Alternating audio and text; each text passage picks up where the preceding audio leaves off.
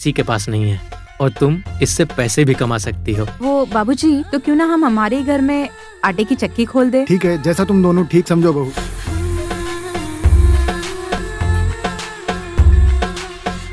दीदी, ऐसे काम नहीं चलेगा। मुझे भी गेहूँ पीसना है। जो लोग गेहूँ पिसवाने आएंगे उनसे हम कह देंगे अपने नाम के साथ साथ तुम्हारा और हमारा नाम भी लिख दे, जिससे वो पिसवाना चाहते हो।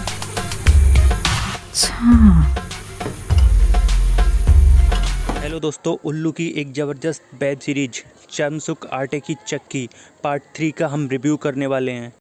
पार्ट 2 में आपने देखा था कि कैसे चाचा जी ने दोनों बहुओं के साथ खूब एंजॉय किया है और दोनों हाथों में लड्डू लेकर खूब एंजॉय किया है। पार्ट 3 में दिखाया गया है कि बाबूजी ने उन दोनों बहुओं को चक्की के साथ रोमांस करते हुए देख लिया था। तो पार्ट 3 में हम दिखाने वाले हैं आपको कि बाबूजी भी क्या उनके साथ एंजॉय करेंगे, तो वीडियो के लास्ट तक बने रहिए। तो कहानी की शुरुआत होती है दो बहुओं से। वो बेचारी बहुत परेशान होती हैं, गर्मी में चक्की से आटा पीसती हैं। तो बाबूजी को उन पर दया आ जाती है और वह उनके लिए एक चक्की की व्यवस्था करते हैं जो लाइट से चलने वाली होती है। अब बाबूजी अगले दिन सुबह को जल्दी उठकर शहर जाते हैं और दोपहर तक शहर से वापस उस मशीन को लेकर के आ जाते हैं जो लाइट से चलती है। अब मशीन को देखकर दोनों बहुएं बहुत खुश हो जाती हैं, क्योंकि बाबूजी अपनी दोनों बहुओं से बहुत प्यार करते हैं।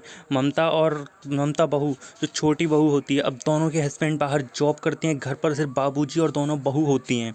तो बाबूजी को उनकी परेशानियां दिखती हैं। बाबूजी की बेचारी वाइफ तो उनकी डेथ हो चुकी होती है, तो इसलिए वह बेचारे अकेले होते हैं। और उधर उनकी दोनों बहुएं बहुत प्यासी होती हैं। ममता बहू जिसकी शादी हो चुकी होती है, शादी उसकी उसी टाइम होती है, लेकिन उसकी प्यास नहीं बुझ पाती है और उसका हस्बैंड बाहर जॉब पर चला जाता है। अब ममता बहू अपनी फर्स्ट नाइट सुहागरात वाले दिन की रात को सोच कर मन ही मन बहुत खुश होती है और सोचती है कि क्या मेरे लिए कितना अच्छा टाइम था। अब पता नहीं वो टाइम कितने दिन में आएगा, कब वो जॉब से घर पे आएंगे और मैं उनके साथ अच्छे से भरपूर उनके ऊपर प्यार लुटा सकूंगी। बाबूजी किसी काम से बाहर गए हुए होते हैं, तो वह अपने भैया से कह जाते हैं कि तुम घर पे ध्यान रखना और घर पर नाइट में ही सो जाना। अब वो रात को सो रहे होते हैं, छोटी बहू उठकर रूम में जाती है जिस स्टोर रूम में चक्की रखी हुई होती है। वह चक्की के साथ एंजॉय कर रही होती है। चाचा जी को टॉयलेट आती है और वो देखते हैं कि अंदर से तो अजीबोगरीब आवाज़ें आ रही हैं, तो अंदर कुछ हो तो नहीं रहा है। जब वो जाकर देखते हैं तो उनकी आंखें फट जाती हैं, अंदर तो भरपूर कार्यक्रम चल रहा होता है। अब अंदर का नज़ारा देखकर तो उनके मन में लड्डू फूटने लगते हैं और सोचते हैं अब वाह, आज की रात तो मेरे लिए बहुत अच्छी जाने वाली है, आज तो मज़ा आ गया, क्यों ना सही टाइम पे जाके मैं एंट्री मारूं। और वो धीरे से गेट को खोलते हैं और जैसे ही अंदर एंट्री मारते हैं तो छोटी बहू की आंखें फट जाती हैं और कहती है कि चाचा जी आप मेरे रूम में अकेले में क्या कर रहे हैं। अब वो चाचा जी बोलती हैं कि तुम अब ज़्यादा बनो मत, मैंने सारा सब कुछ देख लिया है, तुम क्या कर रही थी। मैं समझ सकता हूँ तुम बहुत प्यासी हो और मैं भी बहुत प्यासा हूँ, तो क्यों ना हम दोनों एक दूसरे की प्यास बुझा दें। चाचा जी और ममता बहू कार्यक्रम को आगे बढ़ाते हुए कार्यक्रम को समाप्त करते हैं। तभी अगले दिन सुबह को वो दोनों बहू आपस में बातें कर रही होती हैं और वह अपने बारे में एक दूसरे को बताती हैं कि मेरा हस्बैंड बहुत टाइम से घर पर नहीं आया है और मैं अकेली परेशान हो जाती हूँ। तो बड़ी बहू भी कहती है हाँ यार, इस बात से तो मैं भी ज़्यादा परेशान हूँ। बाबूजी की दोनों बहुओं की आपस में बहुत बनती है और वह एक दूसरे को अपनी सारी परेशानियां और दुख दर्द बता देती हैं। छोटी बहू तो चक्की के साथ एंजॉय कर चुकी होती है, अब बारी होती है बड़ी बहू की। एक दिन रात में बड़ी बहू उठती है और रात में ही स्टोर रूम में जाकर चक्की में पहले तो आटा पीसती है।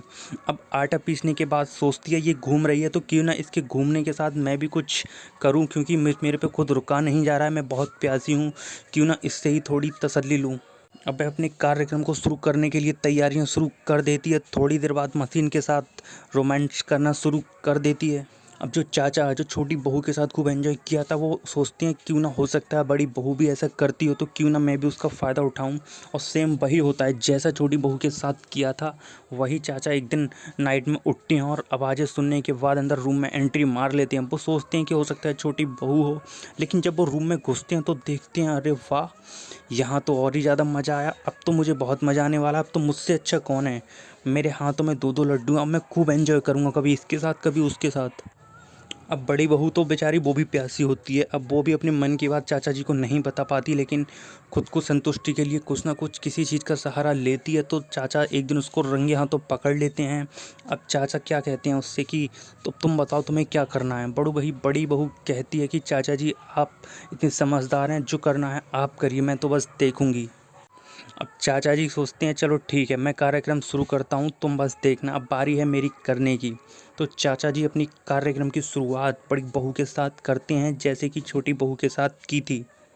अब चाचा जी बड़ी बहू के साथ भी कार्यक्रम शुरू कर देते हैं। कार्यक्रम शुरू होने के बाद दोनों का कार्यक्रम पूरा हो जाता है और एक दूसरे के साथ भरपूर रोमांस करते हैं। तभी कुछ दिन बाद घर पर बाबूजी होते हैं और चाचा जी बाहर किसी काम से गए हुए होते हैं। तो उनकी बड़ी बहू वो जो दूसरे कमरे में होती है, तभी छोटी बहू स्टोर रूम में आती है और आटे की चक्की के साथ एंजॉय करने के लिए तैयार होती है। तभी जब वह एंजॉय कर रही होती है, तभी बड़ी बहू एकदम से रूम में आती है और विंडो से झांक कर देखती है कि अंदर तो छोटी बहू ममता का कार्यक्रम चल रहा होता है, वह मशीन के साथ रोमांस कर रही होती है।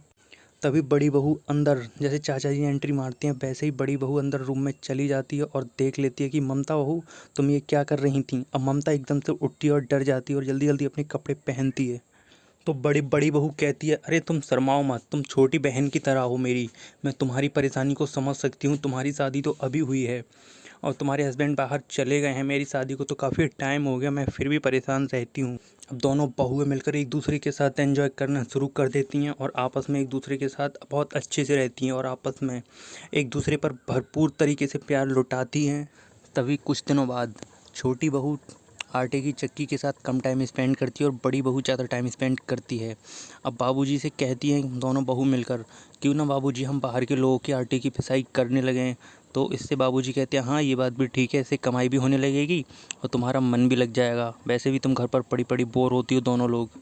तभी एक दिन दोनों बहुएं जंगल में लकड़ी लेने के लिए जाती हैं और एक दूसरे से बातें करना शुरू कर देती हैं।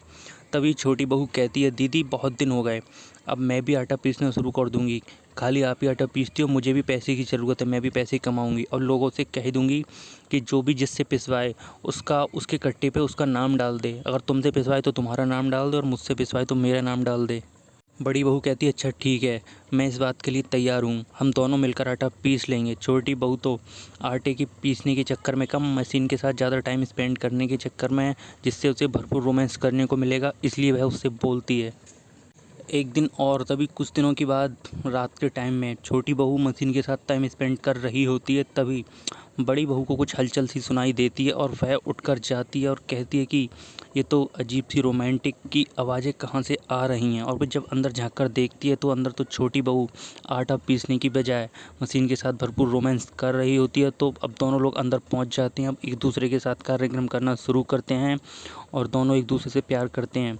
इतने में बाबूजी आ जाते हैं और बाबूजी जब अंदर का नज़ारा देखते हैं तो बाबूजी दोनों को उस अवस्था में देखकर आंखें खुली रह जाती हैं। अब बाबूजी कहते हैं कि क्यों ना मैं भी इनके साथ मिलकर आटा पीसूं, और बाबूजी भी जाकर अंदर एंजॉय करना शुरू कर देते हैं। चाचा की कमी थी, चाचा ने तो अपना सब कुछ भरपूर रोमांस किया, अब बचे थे सिर्फ बाबूजी। तो बाबूजी ने भी भरपूर फ़ायदा उठाया और खूब एंजॉय किया।